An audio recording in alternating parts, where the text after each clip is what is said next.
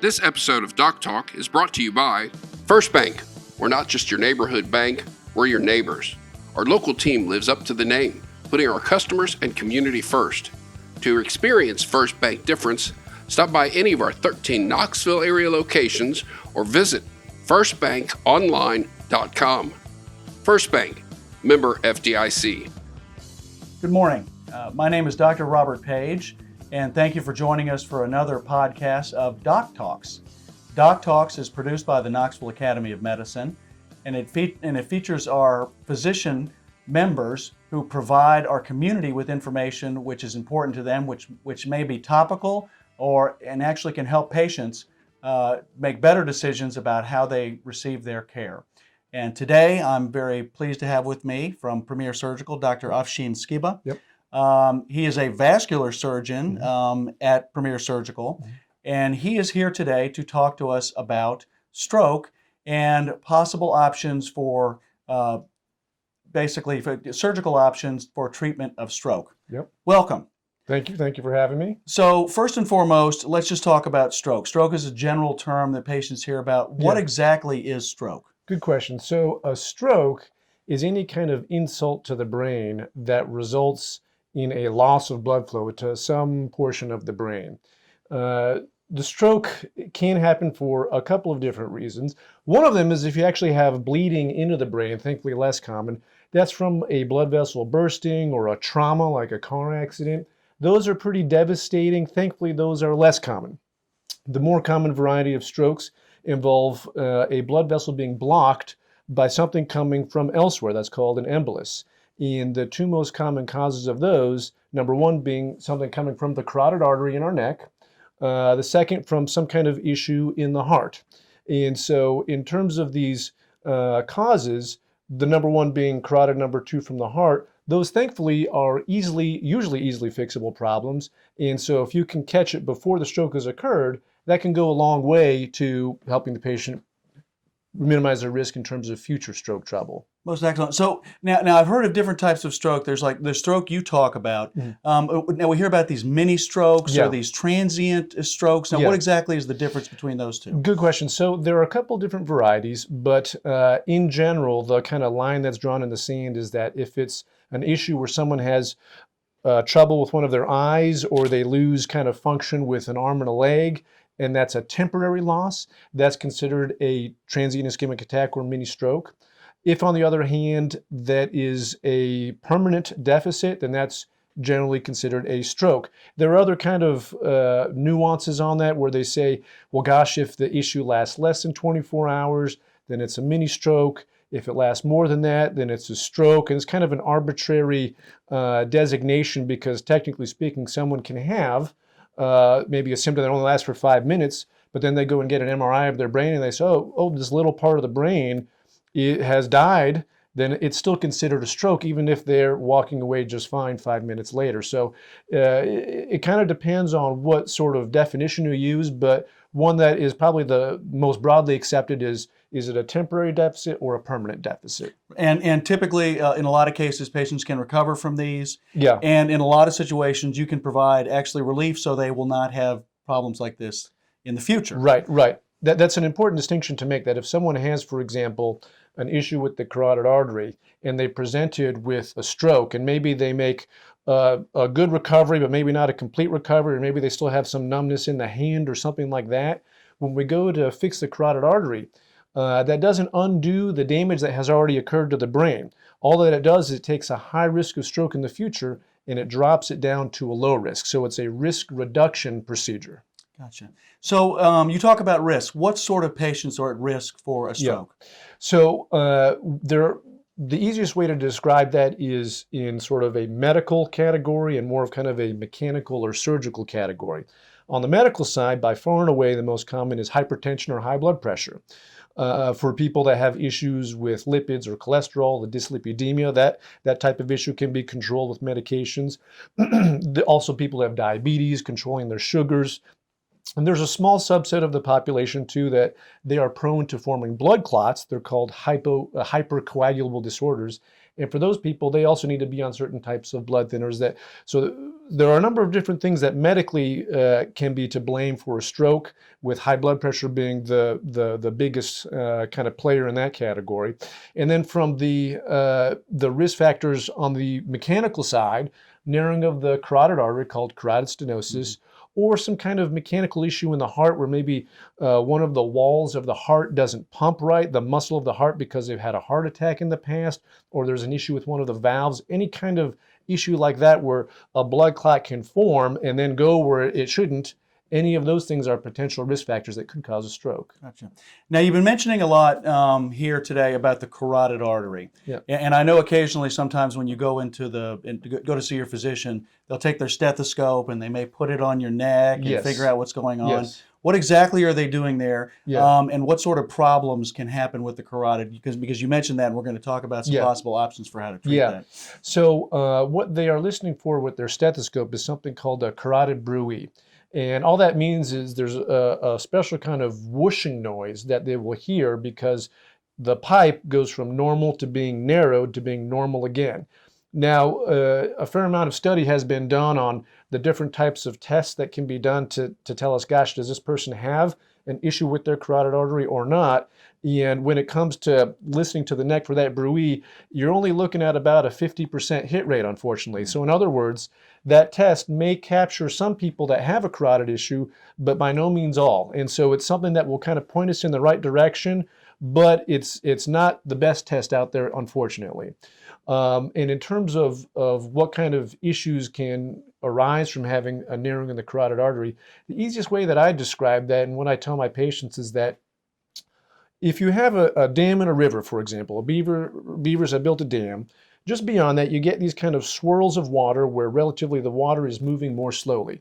And that's no problem with the water, because whether water is still or moving, it's still water. It's a liquid.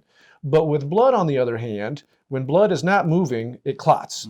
And that's just the way that we're all born. It's a natural mechanism, so that if we get some kind of injury somewhere, that the body will clot that off and prevent us from bleeding to death. So it's a good thing in most circumstances. But unfortunately, when it comes to carotid artery narrowing, this carotid stenosis, that same effect occurs, and you get these tiny little blood clots that form just beyond the level of narrowing. And so for some unfortunate folks out there, if the narrowing gets tight enough, that little blood clot will come loose and then cause a stroke or mini stroke. And that, for oftentimes, that's the first time that we even know they have an issue with their carotid artery, and we can go in and fix it. But ideally, it's better to fix it before that event has occurred, so that we can, again, reduce that risk of stroke. Gotcha. Well, let's say I'm a patient with who has hypertension or diabetes, and I've had maybe a mini stroke, and I come in to see you, and we find out that we have narrowing of my carotid artery. Yeah. What sort of options would be available to me? Yeah, so for a long time, so in a nutshell, there's three options. So for a long period of time, the only option available, and still arguably the standard of care, is something called carotid endarterectomy. And that just means that the vascular surgeon opens the neck, opens the artery, removes the blockage trouble, and then repairs the artery with the patch and closes the neck. A very good operation that has been refined over the years and has good outcomes. Then what came along is something called carotid stenting. And a stent is basically a flexible metal tube. It looks kind of like a Chinese finger trap, or if you had a tiny chain link fence and kind of rolled it into a tube, when you release that stent, it pops open, and with the assistance of a balloon, you can get that to hold the blockage trouble aside. So great technology that works well in many parts of the body, but unfortunately, when we first started using this technology in the neck, what we found is people were having a lot of strokes as a consequence of the procedure.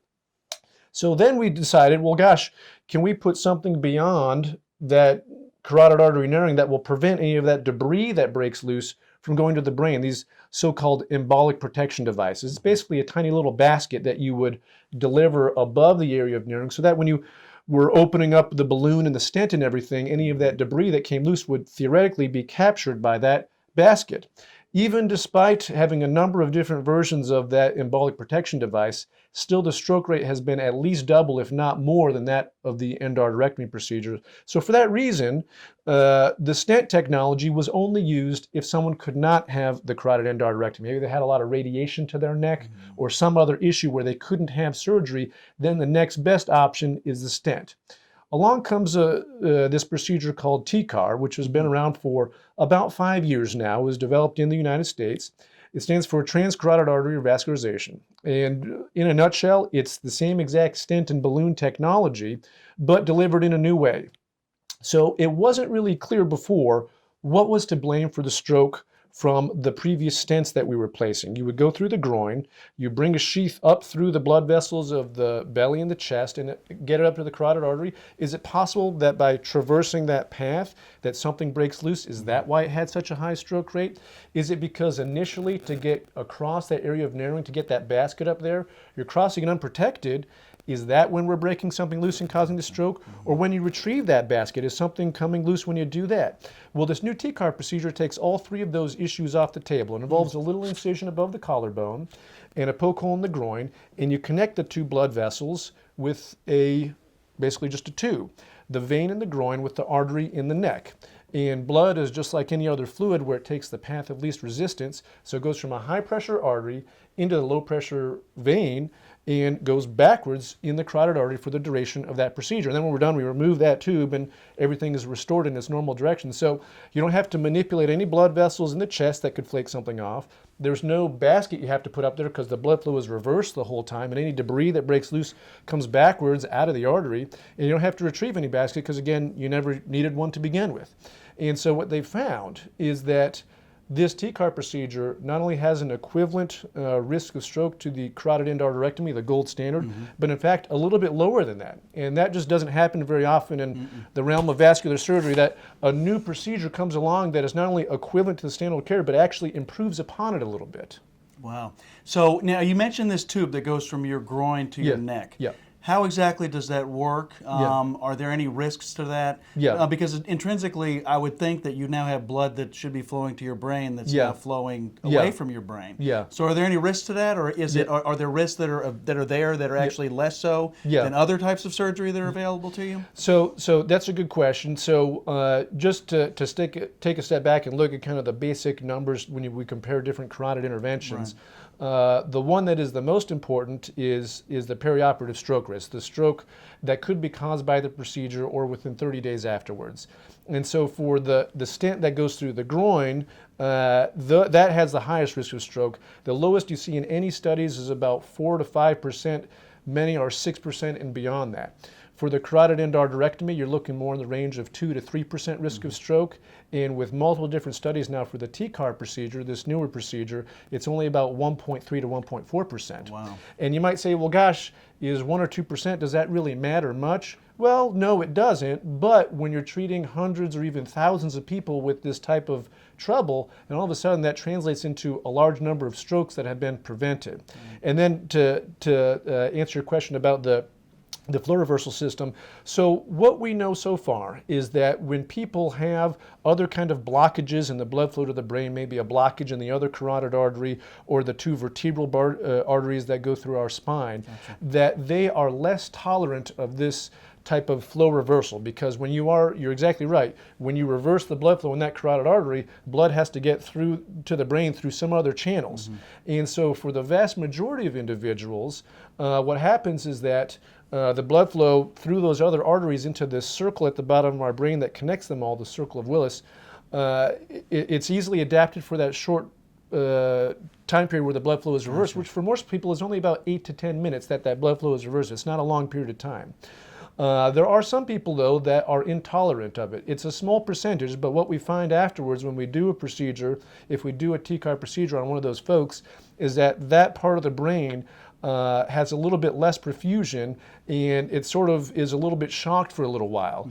But that is still a small price to pay than the higher risk of throwing some kind of debris up into the brain. Right. So actually, we can talk about this in terms of the risk factors of how we determine who is eligible for what procedure. Right. But as it turns out, the benefit of the TCAR procedure still goes beyond what it would be for endarterectomy, even including people who have those other blockage issues. Well, and you mentioned the risk of stroke because you said it's 2 to 3% for having the carotid endarterectomy, and it's 1%. So essentially, you're having it, or even third. You know, it's even down to a third of what the risk would be for having the carotid endarterectomy, which is you know, to me, a significant difference. Yeah, when you tease apart the details of how that data is sort of juxtaposed, when you have the carotid endarterectomy patients that are equivalent high-risk patients, because to even have a TCAR procedure, you have to be a quote-unquote high-risk patient. And when you compare apples to apples in that regard, that subset of people needing a carotid endarterectomy who are high risk actually have a perioperative stroke risk of about 4% or even higher than that. And so when you compare apples to apples, in reality, it's about a 4% risk to this 1.3, 1.4. So you're exactly right. There actually is a pretty dramatic difference. So now you talk about high-risk patient. Is every patient eligible for this sort of surgical procedure? Good question. So the answer to that question is no, but the vast majority are. So the people that need carotid issues fixed generally are not 30-year-old folks that have a gallbladder or a hernia. These are generally older folks that have a multitude of other comorbid issues. And so in order to be eligible to have a TCAR procedure done, they either need to meet one out of a list of criteria that are medical comorbid issues or anatomic comorbid issues. And it's a simple matter when you go to see your vascular surgeon, they will determine if you meet one of those criteria, but the vast majority do. So of the people that have carotid stenosis, would you be eligible for TCAR? Not 100%, but the majority are. Right, and it gives you a nice option because, you know, as opposed to, you know, the other procedures which have been around for a while, this is a novel procedure, and it gives you another opportunity to have a different form. So, what would the advantages of this surgery be? Is there faster recovery time? Yeah. Okay. Good question. So, what we found is not only does it have a lower risk of stroke, which again is the most important thing, but there's a lot less blood loss than there is from the endarterectomy procedure, so transfusions are less. Anytime there's less blood loss, there's a lower risk of heart attack, so lower risk of cranial nerve issues. When you have to dissect a bunch of things up in the neck, about 5% of people from carotid endarterectomy have issues with the nerves that control our swallowing and our tongue and that kind of stuff, and all of those issues are off the table with this TCAR procedure. In terms of recovery, people have what it really amounts to a very small cosmetic scar, and for all intents and purposes get back to their lives within a couple days. The only restriction after surgery is just we ask people not to drive for 2 weeks, and that's true with really any neck surgery. We don't want people driving down the highway and looking over their shoulder and just having a little bit of discomfort where they just had surgery. So other than not driving for 2 weeks, there really aren't even any other restrictions after surgery. Actually, be almost an advantage to get somebody else to drive you around. So that's true, I suppose. That's true. So, so this being a novel procedure, is this something that insurance would pay for? Yes. Okay. Insurance covers it. Yes. And recovery time is fairly short. Yes. Anything else you'd like to add about this procedure that we haven't touched on, or anything important about it? Well, I think the most important thing is that when people have any kind of issues that may be a transient ischemic attack, as you mentioned, this mini stroke trouble, to be evaluated promptly is really important. And if you call your primary care doctor or you're already associated with a vascular surgery practice, calling them right away, or if it's after hours or a weekend, getting into the emergency room, because these things can usually be pretty straightforward to fix, but we can't fix them if we don't know about them. So fixing them right away is important. The other thing is being on certain types of platelet medications and cholesterol medications go a long way to reduce the risk of further narrowing of that carotid artery. So even if we don't have other known blood vessel issues in the past, still going to see your primary care doctor and being on the right medications is really important. Most excellent. Well, you mentioned your office, and let's go ahead and talk about that if we have any patients who are interested in getting further information about this. First of all, do you have a website? If I were a patient who was interested in maybe getting more information about TCAR, could I get it from your website? Absolutely. It's at www.premiersurgical.com. And your office is located, Premier Surgical, your office is located? It's at 6408 Paper Mill Drive. It's right between the McKay's bookstore and the Holiday Inn Express. Yes, I was going to say, and I'm sure everybody's sat on traffic, you know, waiting for people to turn to McKay's there. So you should know where it is because it's on the left-hand side there. I know exactly where it is. So, and that information will be on the bottom of your screen, and so you will have access to this information. Well, thank you so very much for joining me here Appreciate today. your It's been a joy to learn about this new surgical procedure Yeah. and novel things and things that are new and available to us as patients to have better ways to treat problems that have been Absolutely. long-standing. Absolutely. And with that, that concludes this episode of Doc Talks. Doc Talks is produced by the Knoxville Academy of Medicine and features its physician members giving information to patients that is important and helpful. And if you would like more information about what we discussed today, as I said, you can visit the Premier Surgical website. Or if you'd like just more information in general, come to the Knoxville Academy of Medicine website, and we have all kinds of different Doc Talks on there providing other kinds of information. And with that, I'd like to thank you for joining us here today, and have a wonderful day. This episode of Doc Talk is brought to you by First Bank. We're not just your neighborhood bank, we're your neighbors. Our local team lives up to the name, putting our customers and community first. To experience First Bank difference, stop by any of our 13 Knoxville area locations or visit firstbankonline.com. First Bank, member FDIC.